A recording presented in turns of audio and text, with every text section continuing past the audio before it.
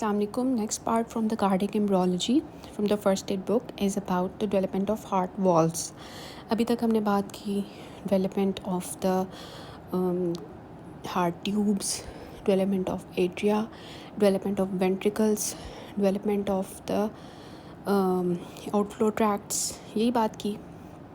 Next part is development of heart valves. Heart valves में हमने पहले भी बात की थी that the endocardial cushion actually forms the heart valves. ये बात हम कर चुके हैं. अब एंडोकार्डियल कुशन जो है उसके दो पार्ट्स हैं. एक आउटफ्लो पार्ट है उसका, ठीक है, और एक उसका वो पार्ट है जो कि एक्चुअली वहाँ पे एट्रियोवेंट्रिकुलर केनाल है, ठीक है, उधर का पार्ट है. तो बस यही डिफरेंस है. देखिए कि जो एओर्टिक और पल्मनरी वॉल्स है ना, वो endocardial cushion of outflow tract से बनते हैं. कि जो आउटफ्लो ट्रैक्ट है ऑब्वियसली उसने ही एओर्टिक को पल्मनरी सेप्टम बनाना है, वो वॉल्स बनाने हैं ना, क्योंकि ट्रैक्ट्स ही वही हैं आउटफ्लो वाले. तो आउटफ्लो ट्रैक्ट जो होगा उसके जो एंडोकार्डियल कुशन्स हैं वो हमारे एओर्टिक और पल्मनरी वॉल्स बनाएंगे, और जो हैं एवी केनाल जो है उसके जो एंडोकार्डियल कुशन्स हैं ना वो हमारे माइट्रल एंड ट्राइकस्पिड वॉल्स बनाएंगे. इतनी सी बात है और ये एमसीक्यूज़ के लिए आपने याद रखनी है. तो ये आपको एंडोकार्डियल कुशन्स नज़र आ रहे हैं. ये जो एवी केनाल वाले होंगे, एवी केनाल मतलब यहाँ ये एवी केनाल है, एट्रियोवेंट्रिकुलर केनाल, ये आपको नज़र आ रही है. यहाँ वाले एंडोकार्डियल कुशन्स जो हैं ये माइट्रल वॉल्व जो कि हमारे पास लेफ़्ट साइड पे है और ट्राइकस्पिड वॉल्व जो कि हमारे पास राइट साइड के है, उनको बनाएंगे. और जो आउटफ्लो ट्रैक्ट वाले होंगे वो एओर्टिक और पल्मनरी वॉल्स बनाएंगे. तो अगर ये नहीं बनते तो क्या होगा, वेल्वुलर एबनॉर्मलिटीज़ आ जाएंगी, जिसमें भी हैव द कि वॉल जो है वो स्टेनोसिस हो सकती है उसकी, like mitral stenosis, tricuspid stenosis, pulmonary stenosis, aortic stenosis. Regurgitation हो सकती है कि वॉल जो है वो mitral regurgitation, tricuspid regurgitation, aortic regurgitation या पल्मनरी रिगर्जिटेशन. ये क्या हो सकता है, एट्रेटिक मतलब वो बने ही ना, फॉर एग्जांपल ट्राइकस्पिड एट्रेसिया, या वो अपनी जगह से हिल भी सकता है वॉल्व, जिसको कहते हैं एप्स्टीन एनॉमली. एप्स्टीन एनॉमली जो है ना मोस्टली उन फीमेल्स, प्रेग्नेंट फीमेल्स में होती है जो कि मूड स्टेबलाइजर्स लेती हैं लिथियम, उसकी वजह से. ये बहुत इंपॉर्टेंट एमसीक्यू है, इसको जो है ना भूलना नहीं है. Lithium intake in the pregnant females leads to Epstein anomaly. Epstein anomaly को आगे हम डिटेल से भी डिस्कस करेंगे. ये हमारे पास जो है ना था डेवलपमेंट ऑफ वॉल्व्स. अब नेक्स्ट है aortic arch derivatives. Aortic arch derivatives जो है इसको हम निमोनिक की फॉर्म में याद करेंगे और इंशाल्लाह यहाँ पे आपको याद हो जाएगा. और ये बहुत इंपॉर्टेंट एमसीक्यूज़ हैं, इसमें से एमसीक्यूज़ आते हैं, ठीक है. तो देखें एओर्टिक आर्च, आपको पता है जो हमारे एओर्टा होता है उसकी एओर्टिक आर्च होती है. ये आपको थोड़ी सी पिक्चर अगर दिखाऊं तो ये आपको, ये आर्च ऑफ एओर्टा है, असेंडिंग एओर्टा, डिसेंडिंग एओर्टा. जब लेफ़्ट वेंट्रिकल से निकलता है असेंडिंग एओर्टा, वो बनाता है आर्च ऑफ एओर्टा, और फिर डिसेंडिंग एओर्टा. यही बात होती है ना. तो वो जो आर्च ऑफ एओर्टा है उसकी डेरिवेटिव्स हैं, मतलब ये पूरा आर्टीरियल सिस्टम जो बन रहा है ना एम्ब्रियो में, उसकी बात करने लगे हैं. तो आपको नज़र आ रहा है कि आर्च ऑफ एओर्टा में ना ऊपर से निकली है राइट साइड पे, ये राइट साइड है, ये लेफ़्ट साइड है.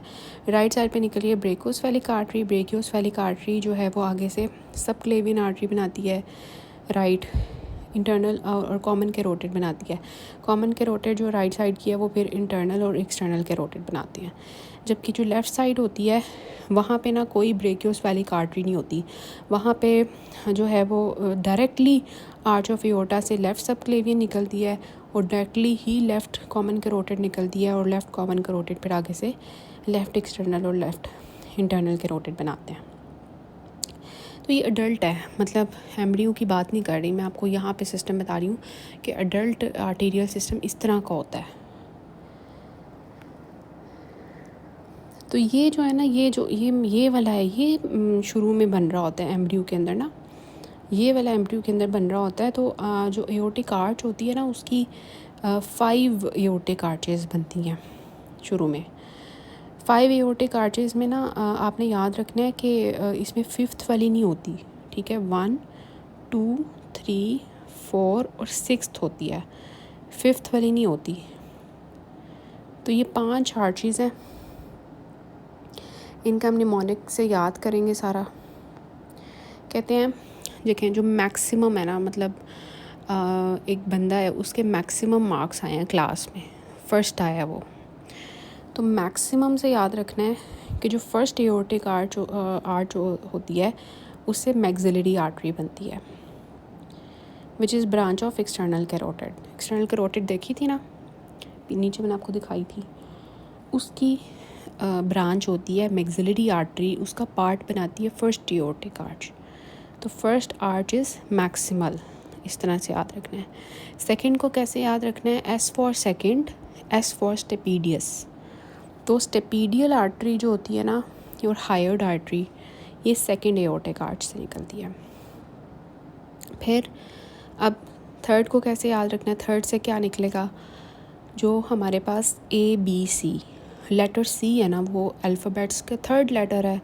तो थर्ड लेटर है ना, तो थर्ड एओर्टिक आर्च से निकलती है कॉमन कैरोटिड आर्टरी, जो मैंने आपको दिखाई थी, and proximal part of internal carotid artery. ये हमारे पास थर्ड आर्च से निकलती है। फोर्थ आर्च से क्या निकलती है, अब फोर्थ और सिक्स्थ में ना लेफ़्ट और राइट पार्ट्स हैं, ठीक है।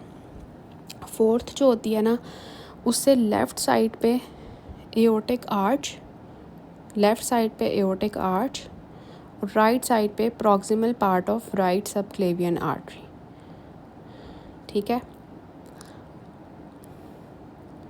तो ये हमारे पास है।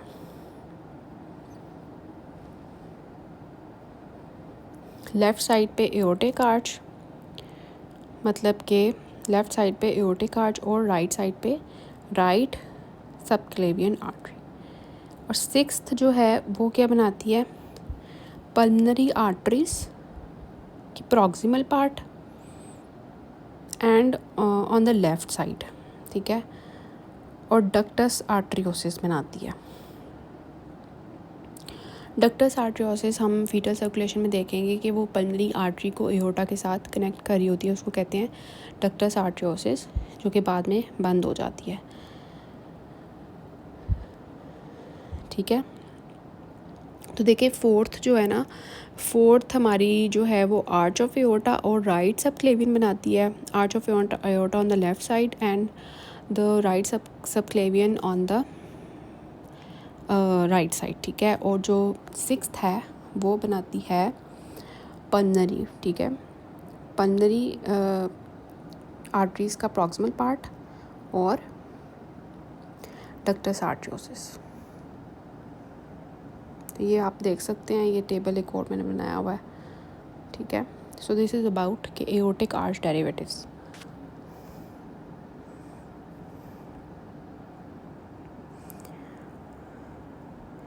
फिर जी हमारे पास ये टेबल है, ये भी बहुत इंपॉर्टेंट है, इसको हम पहले देख चुके हैं इन चीज़ों को, बस यहाँ पे हम गो थ्रू करेंगे। अब देखें ट्रंकस आर्टरियोसिस का हमने बात कर चुके हैं कि ये बनाएगी, इसको हम कैसे याद रखते हैं, आर्टरियोसिस है ना वर्ड, तो मेन आर्टरीज इसने बनानी है। मेन आर्टरीज क्या है, असेंडिंग एओर्टा और पल्मनरी ट्रंक। बल्बस कॉर्डिस क्या बना रहा था, smooth parts of left and right ventricles, ठीक है। प्रिमिटिव वेंट्रिकल क्या बना रहा था, trabeculated part of left and right ventricles. Primitive atrium क्या बना रहा था, trabeculated part of left and right atria, ठीक है। Left horn of sinus venosus क्या बना रहा था, coronary sinus. Right horn of sinus venosus क्या बना रहा था, smooth part of right atrium. और देखिए smooth part of left atrium किससे बनता है, प्रिमिटिव पल्मनरी वेन से, ठीक है। ये एक्स्ट्रा चीज़ है, ऊपर वाली हम सारी चीज़ें डिस्कस कर चुके हैं कि जो smooth part of right atrium होता है ना, वो साइनस वेनोसिस के राइट हॉर्न से निकलती है, लेकिन जो smooth part of left atrium है वो प्रिमिटिव पल्मनरी वेन से निकलती है। इसको आप ऐसे याद रख लें, पल्मनरी वेन्स ही तो होती है ना जो ड्रेन कर रही होती हैं लेफ़्ट एट्रियम में, तो वही बना देती हैं उसको, उसके स्मूथ पार्ट को। एंडोकार्डियल कुशन क्या बना रहा होता है? Atrial septum, membranous interventricular septum and AV and semilunar valves, ये भी हम डिस्कस कर चुके हैं। यहाँ पे जो एक्स्ट्रा चीज़ें ना उनकी बात कर लेते हैं। एक्स्ट्रा चीज़ें ये हैं, ये देखें जो हमने पहले डिस्कस नहीं की हुई कि सुपीरियर और इन्फीरियर वेना कैवा किस तरह बनते हैं। ठीक है, सुपीरियर और इन्फीरियर वेना कैवा किससे बनते हैं? तो ये इसके लिए ना आपको ये पिक्चर नज़र आनी चाहिए, इससे ही आपको याद होगा। देखिए जो हमारा साइनस विनोसिस होता है ना, ये आपको साइनस विनोसिस नज़र आ रहा है, इसमें से कार्डिनल वेन्स निकल रही हैं, आपको नज़र आ रहा है। तो एंटीरियर कार्डिनल वेन्स हैं ये वाली, ये राइट एंटीरियर है, लेफ़्ट इंटीरियर है। ठीक है, और ये जो पीछे की तरफ निकल रही हैं ये पोस्टीरियर कार्डिनल वेन्स हैं, जो नीचे लंबी लंबी नज़र आ रही हैं, पोस्टीरियर कार्डिनल वेन्स हैं नीचे की तरफ। फिर ये देखें ये जो निकल रही हैं इसमें से पोस्टीरियर कार्डिनल वेन्स के नीचे सब कार्डिनल वेन्स। ठीक है, ऊपर ये कॉमन कार्डिनल वेन है, common cardinal when sinus venosus में से, मतलब साइनस विनोसिस में से कॉमन कार्डिनल वेन्स निकल रही हैं। ऊपर की तरफ आपको इंटीरियर कार्डिनल वेन्स नज़र आ रही हैं, नीचे आपको पोस्टीरियर कार्डिनल वेन्स नज़र आ रही हैं, सब कार्डिनल वेन्स नज़र आ रही हैं। तो देखें ऊपर वाले जो स्ट्रक्चर्स हैं ना, जैसे कॉमन कार्डिनल, इंटीरियर कार्डिनल, ये ऊपर वाले स्ट्रक्चर्स हैं ना, ये बना देंगे सुपीरियर वेना कैवा, और जो नीचे वाले स्ट्रक्चर्स हैं ना, पोस्टीरियर कार्डिनल वेन, सब कार्डिनल वेन, ये बना देंगे इन्फीरियर वेना कैवा। सिंपल सी बात है, इस पिक्चर से हमने याद कर लिया। तो राइट सब का, ये बहुत इंपॉर्टेंट एमसीक्यूज़ है। Right common cardinal when, right anterior cardinal win forms a superior vena cava. ठीक है, और पोस्टीरियर कार्डिनल, सब cardinal, supra cardinal veins, they form the inferior vena cava. इतनी सी बात थी ये वीनस सिस्टम की। ये आपको वीनस सिस्टम नज़र आ रहा है, किस तरह से बनता हुआ नज़र आ रहा है। फाइनली आपके पास ये बन गया पूरा वीनस सिस्टम। ठीक है, so this is about the development of, मतलब हमने देखा इस लेक्चर में अबाउट के हमारे वॉल्स कैसे बनते हैं, हमारे एओर्टिक आर्चेस क्या बना रही होती हैं, वीनस सिस्टम, आर्टीरियल सिस्टम, ये सारा हमने डिस्कस किया इसमें। ठीक है, so this is all about it. Next में हम करते हैं फीटल सर्कुलेशन।